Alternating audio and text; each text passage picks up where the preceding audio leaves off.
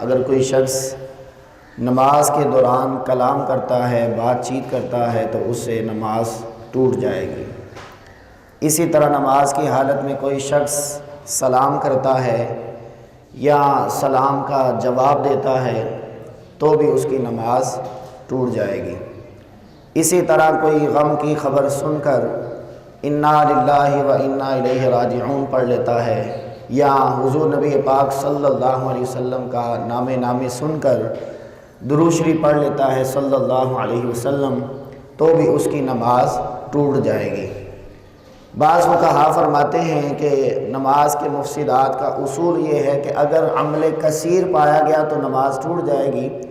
اگر عمل قلیل ہوا تو نماز نہیں ٹوٹے گی۔ عمل کثیر کا مطلب یہ ہے جو کوئی زیادہ ایسا کام کرے جس سے دیکھنے والے کو یہ معلوم ہو کہ یہ بندہ نماز میں نہیں ہے، کوئی ایسی حرکت کر رہا ہے، کوئی ایسا فعل کر رہا ہے جو اعمال نماز میں سے نہیں ہے، اور دیکھنے والا بھی یہی سمجھ رہا ہے کہ یہ بندہ نماز کی حالت میں نہیں۔ مثال کے طور پر کوئی بندہ دونوں ہاتھوں سے خارج کر رہا ہے، اب دیکھنے والا تو یہی سمجھے گا کہ یہ نماز میں نہیں ہے، تو جب دیکھنے والا یوں سمجھے کہ یہ نماز میں نہیں ہے تو گویا کہ یہ عمل کثیر ہوا۔ عمل کثیر سے نماز فاسد ہو جاتی ہے، ٹوٹ جاتی ہے۔ عمل قلیل کا مطلب یہ ہے کہ تھوڑا عمل کرنا، یعنی ایک ہاتھ اس کا بندھا ہوا ہے اور دوسرے ہاتھ سے وہ خارج کر رہا ہے، تو اب دیکھنے والے کو شک و شبہ ہوگا کہ پتہ نہیں یہ نماز میں ہے یا نہیں، تو ایسا عمل کرنا اس کو عمل قلیل کہتے ہیں، اور عمل قلیل کی وجہ سے نماز فاسد نہیں ہوتی، لیکن فقہا نے اس کو مکروہ لکھا ہے۔ اب نماز کی حالت میں بس اوقات بعض نمازی خارش بھی کرتے ہیں۔ نماز کے اندر کھجانا، خارش کرنا، اس کے حوالے سے اصول یہ ہے کہ اگر ایک رکن کے اندر 3 مرتبہ آپ نے کھجا لیا تو آپ کی نماز فاسد ہو جائے گی، نماز آپ کی ٹوٹ جائے گی، اب دوبارہ نماز پڑھنی ہوگی۔ ہر رکن سے مراد یہ ہے کہ آپ قیام کی حالت میں کھڑے ہیں تو یہ ایک رکن ہے، رکوع کی حالت میں گئے ہیں تو وہ دوسرا رکن ہے، اسی طرح آپ سجدے میں ہیں تو وہ ایک الگ رکن ہے، آپ اتحیات میں بیٹھے ہیں تو یہ الگ رکن ہے۔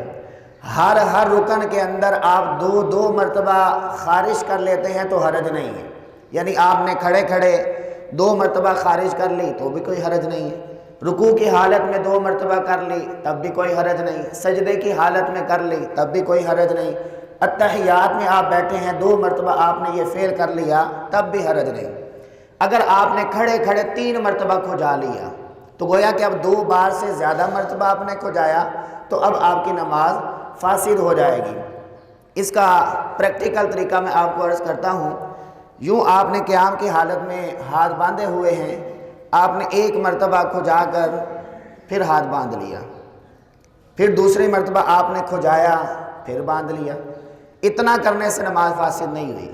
جب آپ نے قیام کی ہی حالت میں تیسری مرتبہ بھی کھجا لیا تو اب آپ کی نماز ٹوٹ گئی، اب آپ اپنی نماز کو دوبارہ پڑھیں گے۔ باقی رہا یہ مسئلہ کہ زیادہ خارش ہو رہی ہے، آپ نے 1 مرتبہ ہاتھ اٹھایا اور کافی مرتبہ آپ نے اس کو کھجا لیا، تو اس کے بارے میں فقہا فرماتے ہیں کہ اتنی دیر آپ ٹھہر سکتے ہیں جتنی دیر میں سبحان اللہ 3 مرتبہ کہا جاتا ہے، یعنی اتنی دیر سے آپ ٹھہر سکتے ہیں، لیکن قبل ہی اس سے پہلے ہی کوشش کر کے وہ اپنے ہاتھوں کو باندھ لے یا اپنی نماز کی حالت میں وہ آ جائے۔ اسی طرح بعض فقہا نے یہ بھی لکھا ہے کہ جب بندہ نماز پڑھ رہا ہو تو وہ نماز پڑھنے والا اپنے آگے سترہ قائم کرے۔ سترہ کہتے ہیں نمازی اپنے آگے کوئی نہ کوئی آڑ بنائے تاکہ گزرنے والوں کو آسانی ہو۔ اصل میں رمضان المبارک کے مہینے میں ماشاءاللہ نمازیوں کی تعداد کی کثرت ہوتی ہے، لیکن جیسے ہی سلام پھرتا ہے نمازی ایسے باہر نکلتے ہیں کہ پتہ نہیں کوئی قید خانے سے آزاد ہو رہے ہیں، حالانکہ مومن وہ بندہ ہے جس کا دل مسجد میں لگا رہتا ہے۔ تو کوشش کر کے جہاں بھی نماز پڑھنے کا موقع ملے، نماز پڑھنے کے بعد کچھ نہ کچھ ہمیں ذکر اذکار کرنا چاہیے، کچھ نہ کچھ ہمیں مسائل سیکھنے کا موقع مل جاتا ہے، یا آپ تلاوت قرآن کر لیں، اللہ کا ذکر کر لیں، پھر آپ مسجد سے جائیں۔ البتہ حضور نبی پاک صلی اللہ علیہ وسلم کی حدیث پاک ہے، جو بندہ اس گناہ کو جان لے کہ نمازی کے آگے سے گزرنے کا کیا گناہ ہے، تو فرمایا کہ وہ 100 سال تک کھڑا ہونے کو پسند کر لے گا لیکن نمازی کے آگے سے نہیں گزرے گا۔ کتنا بڑا گناہ ہے، بعض احادیث کے اندر اس سے بھی سخت الفاظ بیان کیے گئے کہ نمازی کے آگے سے گزرنے کی بہت سخت وعیدات ہیں۔ تو ہمیں غور کر لینا چاہیے کہ اگر ہمارے پیچھے کوئی شخص نماز پڑھ رہا ہے، بس اوقات یوں ہوتا ہے پیچھے کوئی نمازی نماز پڑھ رہا ہے، آگے والے کو اب جلدی ہے، اب یہ اس کی طرف غور سے دیکھتا جائے گا، حالانکہ نمازی کی طرف غور سے دیکھنے کی اجازت نہیں ہے، اس کی طرف آپ چہرہ نہیں کر سکتے، اس کی طرف آپ نے پیٹھ کرنی ہے۔ اگر آپ بار بار نمازی کو گھورتے رہیں گے جو نماز پڑھ رہا ہے، اس کا بھی خیال بٹے گا، وہ بھی کہے گا پتہ نہیں اب اس کو کتنی جلدی ہے، وہ بھی جلدی جلدی اپنی نماز کو سمیٹنے کی کوشش کرے گا۔ تو جب کوئی نمازی نماز ادا کر رہا ہے، ہم اس کے چہرے کی طرف نہیں دیکھیں گے، ہم اس کی طرف پیٹ کر کے کھڑے ہو جائیں گے۔ اور جو سترہ ہے اس کے حوالے سے فقہا نے یہ لکھا ہے کہ ایک ہاتھ لمبا ہونا چاہیے۔ ایک ہاتھ کی تعریف فقہا یہ کونی تک کرتے ہیں، اس سے پہلے تک، جس کو ہم عام لفظوں میں 1.5 فٹ کا نام دیتے ہیں، یا 18 انچ آپ کہہ لیں۔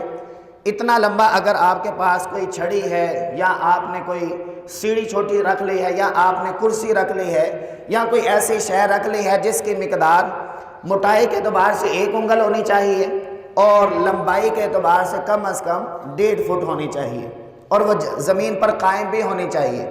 بعض لوگ یہاں بھی غلطی کر جاتے ہیں کہ مسجد کی جو ٹوپی ہے وہ نمازی کے آگے رکھ دی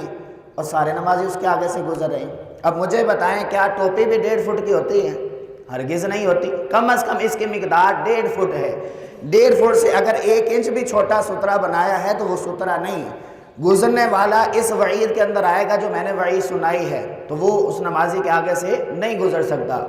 اسی طرح بعض نمازی چادر آگے کھڑی کر دیتے ہیں، مثلا یہ نمازی نماز پڑھ رہے ہیں، آگے وہ چادر لٹکا دی اور دوسروں کو کہا جی چلیں آپ گزر جائیں۔ اب یہ چادر بھی سترہ نہیں ہے کیونکہ آپ نے اس کو پکڑا ہوا ہے۔ سترے کا مطلب یہ ہے جو خود بخود کھڑا ہو، جیسے یہ میرے سامنے ڈائس کھڑا ہے، یہ خود بخود کھڑا ہے، میں نے اس کو نہیں پکڑا ہوا، اب گویا کہ یہ ہمارے لیے سترہ بن گیا، اس کے آگے سے گزرنا نمازی کے لیے جائز ہو جاتا ہے۔ اچھا یہ بھی مسئلہ یاد رکھیں، گزرنے میں اور ہٹنے میں بڑا فرق ہے۔ گزرنے کے بارے میں وعید آئی ہے، ہٹنے کے بارے میں وعید نہیں آئی، یعنی آپ ہٹ سکتے ہیں، گزر نہیں سکتے۔ اس کی مثال یہ ہے کہ یہ ایک مثال دیتا ہوں کہ یہ میرے سامنے نمازی ہے، یہ نماز پڑھ رہا ہے اور میں اس کے سامنے بالکل عین سیدھ میں ہوں۔ اب میرے لیے اجازت ہے کہ میں اس سے ہٹ سکتا ہوں، میں یوں بھی گزر سکتا ہوں اور اسی طرح اگر یہاں کھڑا ہوں تو ادھر بھی نکل سکتا ہوں، یہ میں گزرا نہیں ہوں۔ گزرنے کا مطلب یہ ہوگا کہ یہ نمازی نماز پڑھ رہا ہے اور میں اس کے آگے سے گزر گیا۔ اس کے بارے میں ممانعت ہے، اس کو احادیث کے اندر منع کیا گیا ہے، یہ مرار بنتا ہے، یہ گزرنا بنتا ہے۔ تو گزرنے کی ممانعت ہے، ہٹنے کی ممانعت نہیں ہے، لیکن پھر بھی کوشش کی جائے تاکہ نمازیوں کو تنگی نہ ہو، نمازی کے آگے سے نہ گزرا جائے۔ بس اوقات یوں بھی ہوتا ہے کہ کوئی نمازی ایسی جگہ پہ نماز شروع کر دیتا ہے کہ اب دوسرے نمازی سارے پریشان ہو رہے ہیں، نماز کا جو وقت تھا وہ ختم ہو گیا، دعا ہو گئی، اب کسی نے نماز ایسی جگہ شروع کر دی کہ وہاں سے اب گزرا بھی نہیں جا سکتا، اس کے سامنے کوئی سترہ بھی نہیں ہے اور پیچھے نمازیوں کا رش بھی ہے۔ اب ہم نے وہاں سے کیسے گزرنا ہے، خود بھی گزرنا ہے، دوسرے بھائی کو بھی گزارنا ہے، تو اس کا طریقہ فقہا نے بیان کیا ہے، میں اس کا پریکٹیکل کر کے آپ کو بتاتا ہوں۔ یہ نمازی نماز پڑھ رہے ہیں، اب میں نے ان کو گزارنا ہے، گزر جائیں، یہ گزر گئے، اب 1000 نمازی بھی گزرنا چاہیں وہ گزر سکتے ہیں۔ میں اس کے سامنے آڑ بن گیا اور میں اس کے لیے سترہ بن گیا، اب میں چاہتا ہوں کہ میں بھی گزر جاؤں، اگر میں آگے بڑھتا ہوں تو گنہگار ہوں گا کیونکہ میرے لیے یہ گزرنا پایا گیا، میں یہاں سے آیا ہوں، اب میں یہاں سے ادھر کو ہٹوں گا تو میں گنہگار ہوں، ادھر واپس جانا چاہوں تو میں جا سکتا ہوں، لیکن اب یہ بھائی چاہتے ہیں کہ میں گزر جاؤں، میرے لیے کوئی ایسا طریقہ بن جائے کہ میں بھی گزر جاؤں۔ اس کا طریقہ یہ ہے کہ اب یہ نمازی کے آگے آگے کھڑے ہو جائیں گے، بالکل نمازی کے آگے کھڑے ہو گئے، اب میں گزر گیا، اب ان کے لیے گزرنا کوئی مسئلہ نہیں کیونکہ یہ ادھر سے آئے ہیں، اس جانب سے یہ ادھر کو ہٹ جائیں گے تو گویا کہ نماز نہیں ٹوٹی، نمازی کی ویسے بھی نماز نہیں ٹوٹتی گزرنے والے کی وجہ سے، لیکن آپ کو یہ پریکٹیکل کر کے اس لیے دکھایا ہے کہ یہ جو گناہ ہے، تشریف رکھیے، یہ جو گناہ ہے کہ 100 سال کھڑا ہونا بندہ گوارا کر لے گا لیکن نمازی کے آگے سے نہیں گزرے گا۔ اتنی سخت وعید ہے۔ اگر اس کے گناہ کے بارے میں بندے کو پتہ چل جائے تو ہمیں اگر یہ شرعی مسئلہ معلوم ہوا ہے تو ہم اس کو آگے شیئر کریں، اس مسئلے کو آگے بتائیں لوگوں کو کہ آپ نے گزرنا ہی ہے تو آپ شرعی طریقے سے گزر جائیں۔ کسی نمازی کو آگے کھڑا کر لیں، کوئی کرسی وغیرہ رکھ دیں، اگر جلدی بھی ہے، دونوں نے جانا ہے، 4 بندوں نے جانا ہے، تو اس کا طریقہ بھی میں نے آپ کو پریکٹیکل کر کے بتا دیا کہ یوں آپ گزر سکتے ہیں، یوں ہم گناہ سے بھی بچ جائیں گے۔ اور یہ بھی مسئلہ یاد رکھیں کہ نمازی کے آگے سے جو بندہ گزرتا ہے، نماز پڑھنے والے کی نماز نہیں ٹوٹتی۔ ہاں البتہ اس کو یہ حکم دیا جاتا ہے کہ وہ یوں کہہ دے سبحان اللہ، یا جو قرات کر رہا ہے وہ بلند آواز سے کر لے، یا اپنے ہاتھ کا اشارہ کر دے تاکہ نمازی کو پتہ چل جائے، اس کو گناہ سے بچانے کے لیے۔ حالانکہ اس کی نماز ٹوٹنی نہیں ہے، لیکن پھر بھی احادیث کے اندر یہ الفاظ بیان کیے گئے اس طور پر تاکہ اگلا بندہ جو ہے وہ گناہ سے بچ جائے۔ اسی طرح بعض فقہا نے یہ بھی لکھا ہے کہ نمازی کے آگے سے ہم کب گزر سکتے ہیں، اس کا طریقہ بھی بعض فقہا نے یوں بیان کیا ہے کہ اگر بڑی مسجد ہے یا کھلے میدان کے اندر نماز ہو رہی ہے تو موضع سجود یعنی جہاں نمازی کی نظر جاتی ہے اس کے آگے سے، یعنی 3 صفیں اس کے بعد نے مقدار بیان کی، اگرچہ یہ اختلافی مسئلہ ہے،